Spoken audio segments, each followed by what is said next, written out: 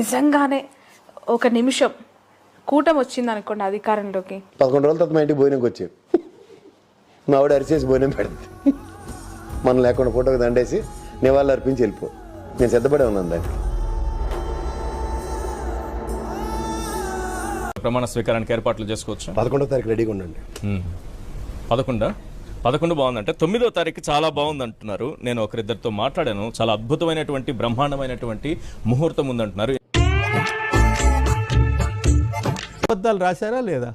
మీరు ఆత్మని పరిశీలించుకోండి ఒక్కసారి. ఎందుకు మీ ఆఫీస్లో సర్వే చేయండి. మీరు రహస్య సర్వే చేసి ఎవరి పేరు, ఏదో బతుకు తెరువు కోసం వాళ్ళు మీరు చెప్పినన్ని రాస్తున్నారు. జర్నలిజం అనేది రైట్, కొద్దిగా ఏదైనా మొగ్గు చూసుకున్నారు అది ఇది అంటే వేరే విషయం. కానీ అదేదో మొత్తం వన్ సైడ్గా రాసి ఇప్పుడు నీతులు చెబుతారా? మీరు అబద్ధాలు సత్యసంధులు కదా చేసి ఎవరి పేరు వివరాలు తీసుకోకుండా మనం అబద్ధాలు రాస్తున్నామా నిజాలు రాస్తున్నామా అని ఒక సర్వే చేయించుకోండి. అప్పుడు మీకు వాస్తవం తెలుసు కావచ్చు. కర్మ ఏం చేయాలో తెలియక దిక్కుతోచక ఏదో బతుకు తెరువు కోసం వాళ్ళు మీరు చెప్పినన్ని రాస్తున్నారు. జర్నలిజం అనేది రైట్, కొద్దిగా ఏదైనా మొగ్గు చూసుకున్నారు అది ఇది అంటే